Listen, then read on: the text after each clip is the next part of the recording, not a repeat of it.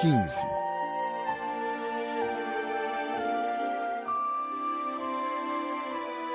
O sexto planeta era 10 vezes maior.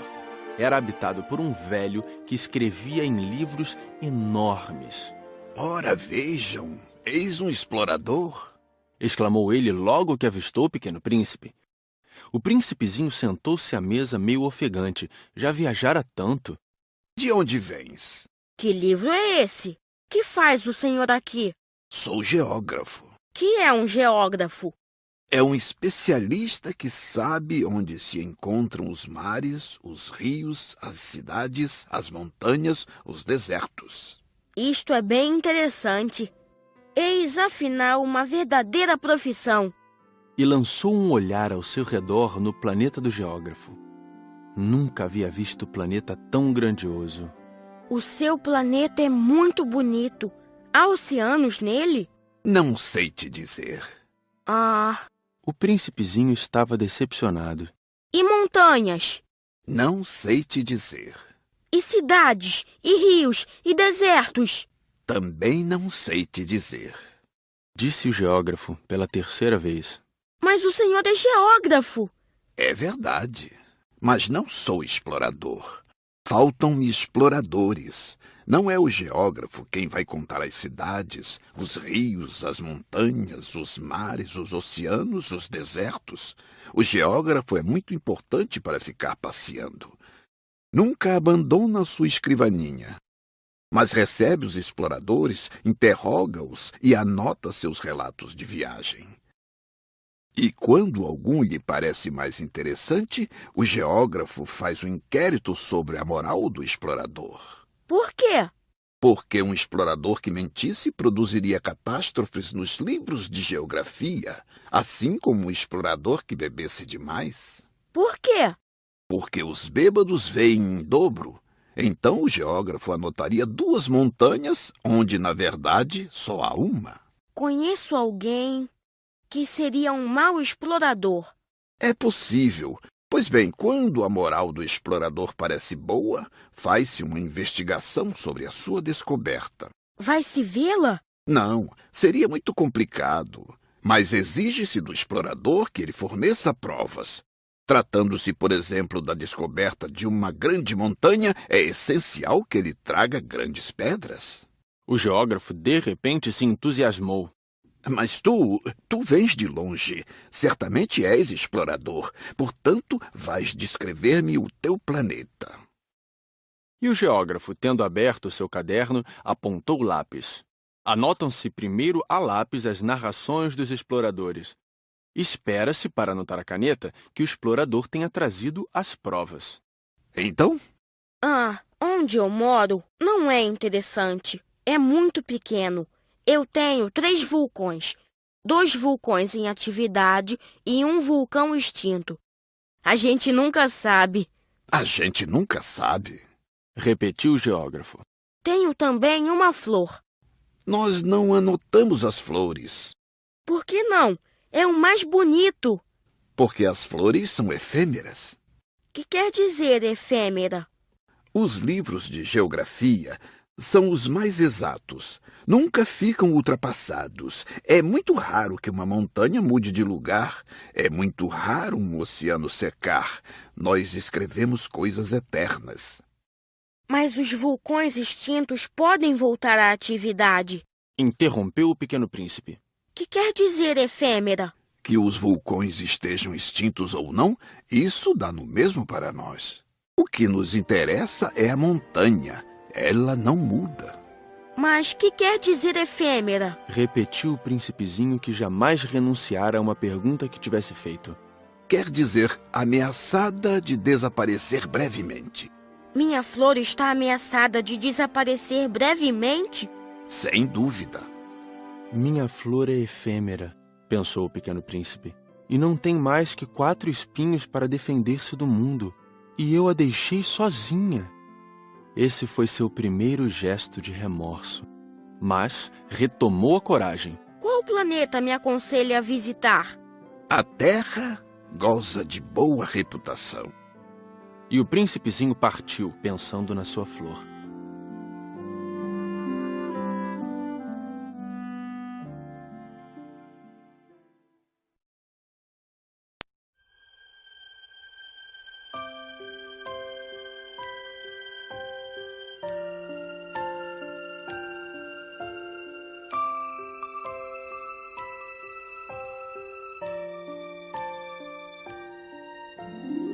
16.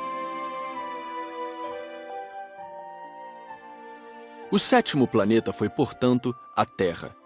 A Terra não é um planeta qualquer. Contam-se lá 111 reis, não esquecendo, é claro, os reis negros, 7.000 geógrafos, 900.000 negociantes, 7,5 milhões de beberrões e 311 milhões de vaidosos. Isto é, cerca de 2 bilhões de pessoas grandes.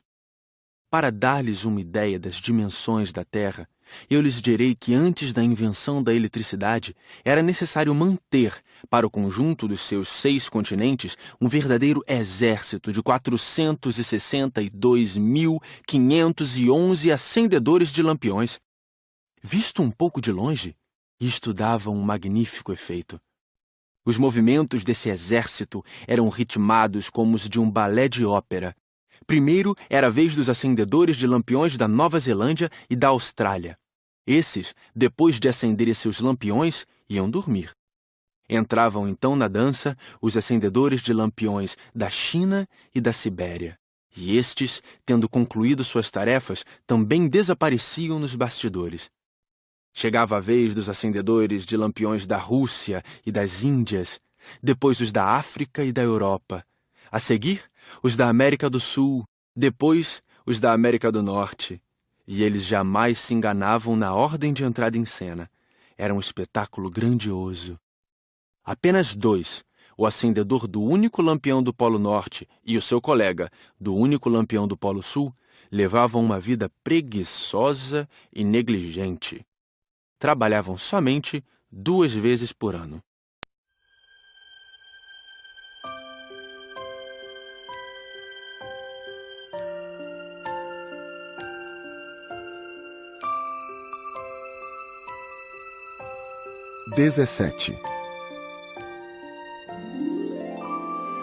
Quando a gente quer fazer graça, às vezes mente um pouco. Não fui lá muito honesto ao lhes falar dos acendedores de lampiões. Corro o risco de dar uma falsa ideia do nosso planeta àqueles que não o conhecem. Os homens ocupam, na verdade, muito pouco espaço na superfície da Terra. Se os 2 bilhões de habitantes que povoam a Terra se mantivessem de pé, colados uns aos outros, como para um comício, facilmente se acomodariam numa praça pública de 20 milhas de comprimento por 20 de largura. Poderíamos agrupar toda a humanidade na menor das ilhas do Pacífico. As pessoas grandes não acreditarão, é claro. Elas julgam ocupar muito espaço. Imaginam-se tão importantes quanto os baobás. Peçam-lhes então que façam as contas. Elas adoram os números. Ficarão contentes com isso. Mas não percam seu tempo nessa matemática. É desnecessário. Sei que acreditam em mim. O Pequeno Príncipe, uma vez na Terra, ficou muito surpreso de não ver ninguém. Já receava ter se enganado de planeta quando um anel cor de lua remexeu na areia. Boa noite. Boa noite. Respondeu a serpente.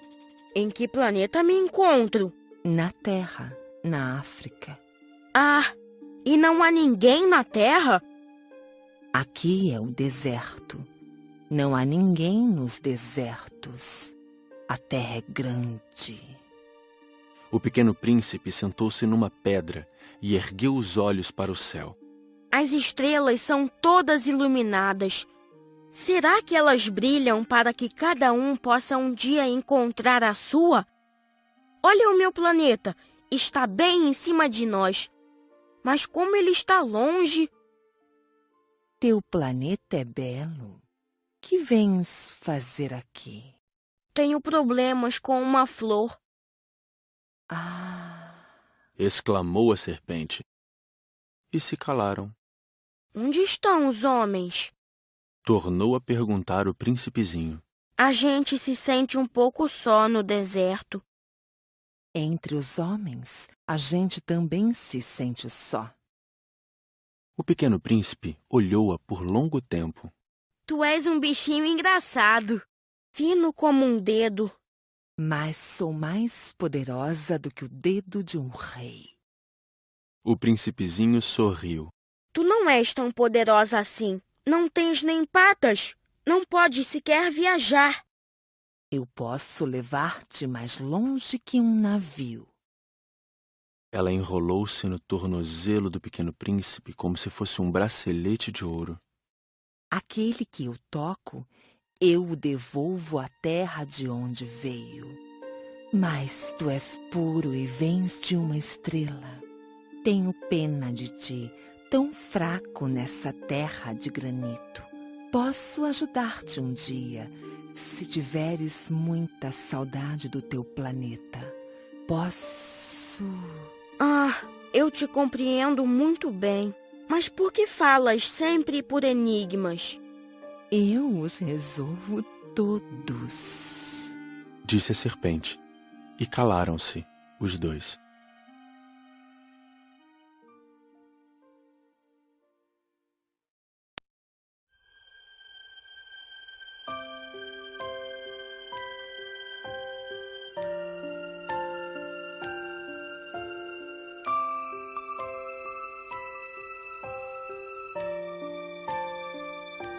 XVIII.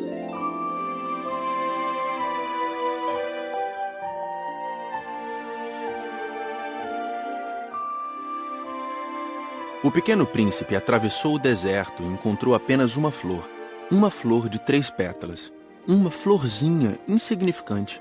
Bom dia. Disse o príncipe. Bom dia. Disse a flor. Onde estão os homens? Perguntou ele educadamente. A flor, um dia, vira passar uma caravana. Os homens? Eu creio que existem 6 ou 7. Vi-os faz muito tempo, mas não se pode nunca saber onde se encontram. O vento os leva. Eles não têm raízes. Eles não gostam das raízes. Adeus. Adeus.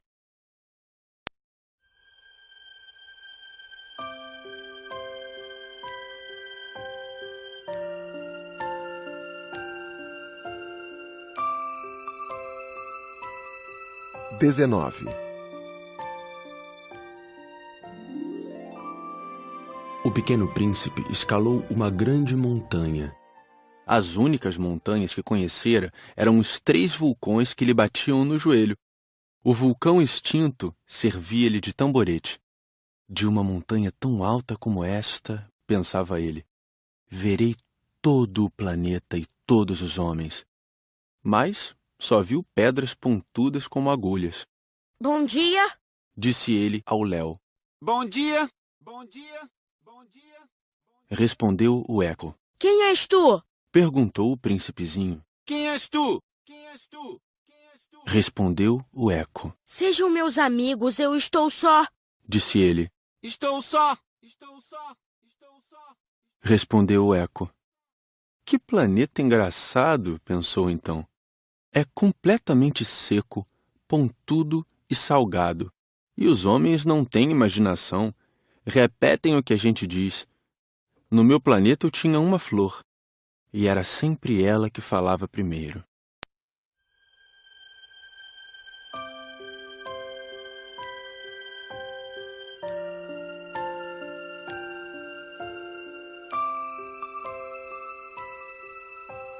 XX. Mas aconteceu que o pequeno príncipe, tendo andado muito tempo pelas areias, pelas rochas e pela neve, descobriu, enfim, uma estrada. E as estradas vão todas em direção aos homens. Bom dia. Era um jardim cheio de rosas. Bom dia. Bom dia. Bom dia. Disseram as rosas. Ele as contemplou. Eram todas iguais à sua flor. Quem sois? Perguntou ele, espantado. Somos as rosas. E ele se sentiu profundamente infeliz. Sua flor lhe havia dito que ela era a única de sua espécie em todo o universo. E eis que havia 5.000 iguaizinhas num só jardim. Ela teria se envergonhado, pensou ele. Se visse isto, começaria a tossir, simularia morrer para escapar ao ridículo, e eu seria obrigado a fingir que cuidava dela, porque senão, só para me humilhar, ela seria bem capaz de morrer de verdade.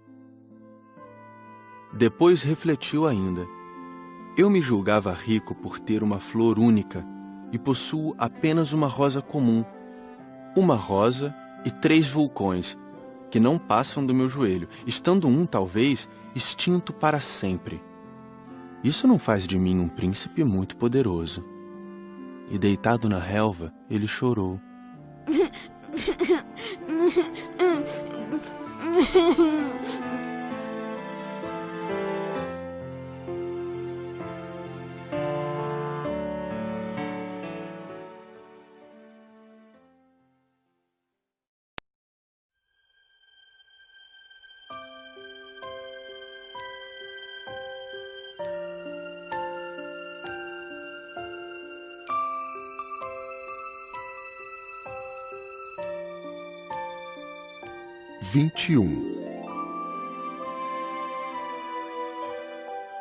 E foi então que apareceu a raposa.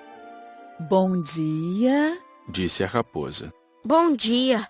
Respondeu educadamente o pequeno príncipe que, olhando à sua volta, nada viu. Eu estou aqui, Disse a voz. debaixo da macieira. Quem és tu? Tu és bem bonita. Sou uma raposa. Vem brincar comigo. Estou tão triste. Eu não posso brincar contigo. Não me cativaram ainda. Ah, desculpa. Disse o príncipezinho, mas após refletir, acrescentou. Que quer dizer cativar? Tu não és daqui. Que procuras? Procuro os homens. Que quer dizer cativar? Os homens têm fuzis e caçam. É assustador. Criam galinhas também. É a única coisa que fazem de interessante. Tu procuras galinhas? Não. Eu procuro amigos. Que quer dizer cativar? É algo quase sempre esquecido. Significa criar laços. Criar laços? Exatamente. Tu não és ainda para mim, senão um garoto inteiramente igual a 100.000 outros garotos. E eu não tenho necessidade de ti. E tu também não tens necessidade de mim. Não passo a teus olhos de uma raposa igual a 100.000 outras raposas. Mas se tu me cativas, nós teremos necessidade um do outro. Serás para mim único no mundo, e eu serei para ti única no mundo. Começo a compreender. Existe uma flor. Eu creio que ela me cativou. É possível. Vê-se tanta coisa na terra. Ah, não foi na Terra. A raposa pareceu intrigada. Num outro planeta? Sim, Há caçadores nesse planeta? não. Que bom! E galinhas? Também não. Nada é perfeito. Suspirou a raposa. Mas a raposa retomou seu raciocínio. Minha vida é monótona. Eu caço as galinhas e os homens me caçam. Todas as galinhas se parecem e todos os homens se parecem também. Isso me incomoda um pouco. Mas se tu me cativas, minha vida será como que cheia de sol. Conhecerei um barulho de passos que será diferente dos outros. Os outros passos me fazem entrar debaixo da terra. Os teus me chamarão para fora da toca, como se fosse música. E depois, olha, vês lá longe os campos de trigo? Eu não como pão. O trigo para mim não vale nada. Os campos de trigo não me lembram coisa alguma. E isso é triste. Mas tu tens cabelos dourados. Então será maravilhoso quando me tiveres cativado. O trigo, que é dourado, fará com que eu me lembre de ti. E eu amarei o barulho do vento no trigo. A raposa calou-se e observou por muito tempo o príncipe. Por favor, cativa-me. Eu até gostaria, mas não tenho muito tempo. Tenho amigos a descobrir e muitas coisas a conhecer. A gente só conhece bem as coisas que cativou. Os homens não têm mais tempo de conhecer coisa alguma. compram tudo já pronto nas lojas. Mas como não existem lojas de amigos, os homens não têm mais amigos. Se tu queres um amigo, cativa-me. Que é preciso fazer? É preciso ser paciente. Tu te sentarás primeiro um pouco longe de mim, assim, na relva. Eu te olharei com um canto do olho e tu não dirás nada. A linguagem é uma fonte de mal-entendidos. Mas cada dia te sentarás um pouco mais perto. No dia seguinte, o príncipezinho voltou. Teria sido melhor se voltasses à mesma hora. Se tu vens, por exemplo, às 4 da tarde, desde as 3 eu começarei a ser feliz. Quanto mais a hora for chegando, mais eu me sentirei feliz. Às 4 horas, então, estarei inquieta e agitada. Descobrirei o preço da felicidade. Mas se tu vens a qualquer momento, nunca saberei a hora de preparar meu coração. É preciso que haja um ritual. Que é um ritual? É uma coisa muito esquecida também. É o que faz com que um dia seja diferente dos outros dias, uma hora das outras horas. Os meus caçadores, por exemplo, adotam um ritual. Dançam na quinta-feira com as moças da aldeia. A quinta-feira é então o dia maravilhoso. Vou passear até a vinha. Se os caçadores dançassem em qualquer dia, os dias seriam todos iguais e eu nunca teria férias. Assim, o pequeno príncipe cativou a raposa. Mas, quando chegou a hora da partida, a raposa disse: Ah, eu vou chorar. A culpa é tua. Disse o príncipezinho. Eu não queria te fazer mal, mas tu quiseste que eu te cativasse. Quis. Mas tu vais chorar. Vou. Então, não terás ganho nada. Terei sim, por causa da cor do trigo. Depois ela acrescentou: Vai rever as rosas. Assim compreenderás que a tua é única no mundo. Tu voltarás para me dizer adeus, e eu te presentearei com um segredo. O pequeno príncipe foi rever as rosas. Vós não sois absolutamente iguais à minha rosa. Vós não sois nada ainda. Ninguém ainda vos cativou, nem cativastes ninguém. Sois como era a minha raposa. Era uma raposa igual a 100.000 outras. Mas eu a tornei minha amiga. Agora ela é única no mundo. E as rosas ficaram desapontadas. Sois belas, mas vazias. Não se pode morrer por vós. Um passante qualquer, sem dúvida, pensaria que a minha rosa se parece convosco. Ela sozinha é, porém, mais importante que todas vós, pois foi ela quem eu reguei. Foi ela quem pus sob a redoma. Foi ela quem abriguei com o paravento. Foi nela que eu matei as larvas, exceto 2 ou 3, por causa das borboletas. Foi ela quem eu escutei queixar-se ou gabar-se, ou mesmo calar-se algumas vezes, já que ela é a minha rosa. E voltou então a raposa. Adeus. Adeus. Eis o meu segredo. É muito simples. Só se vê bem com o coração. O essencial é invisível aos olhos. O essencial é invisível aos olhos. Repetiu o príncipezinho para não se esquecer. Foi o tempo que perdeste com tua rosa que a fez tão importante.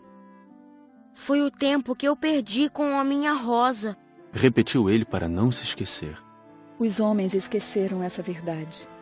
Disse ainda a raposa. Mas tu não a deves esquecer. Tu te tornas eternamente responsável por aquilo que cativas. Tu és responsável pela tua rosa. Eu sou responsável pela minha rosa. Repetiu o príncipezinho, para não se esquecer.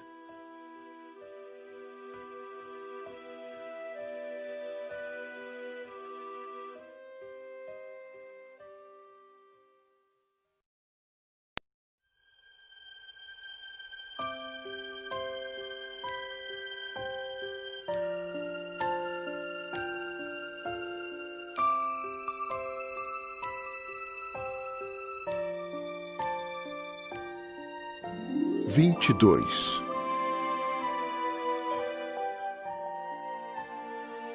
Bom dia. Disse o pequeno príncipe. Bom dia.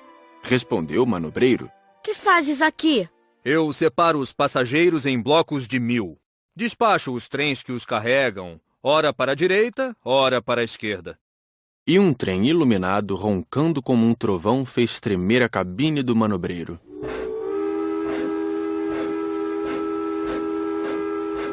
Eles estão com muita pressa. O que é que estão procurando? Nem o homem da locomotiva sabe. E apitou, vindo em sentido inverso, um outro trem iluminado.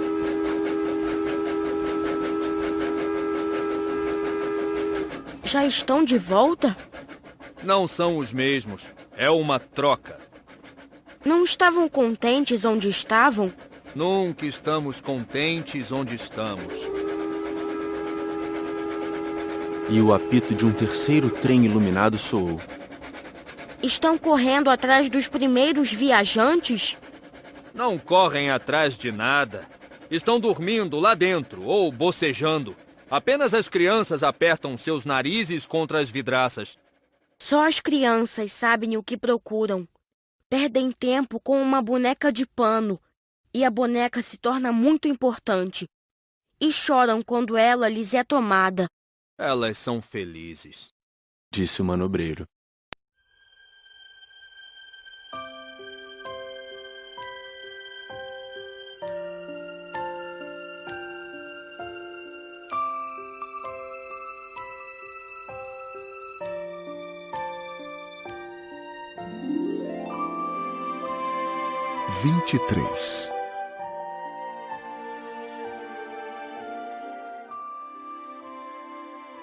Bom dia. Disse o pequeno príncipe. Bom dia. Disse o vendedor. Era um vendedor de pílulas especiais que saciavam a sede. Toma-se uma por semana e não é mais preciso beber. Por que vendes isso? É uma grande economia de tempo. Os peritos calcularam. A gente ganha 53 minutos por semana. E o que se faz com esses 53 minutos? O que a gente quiser. Pensou o pequeno príncipe, se tivesse 53 minutos para gastar, iria caminhando calmamente em direção a uma fonte.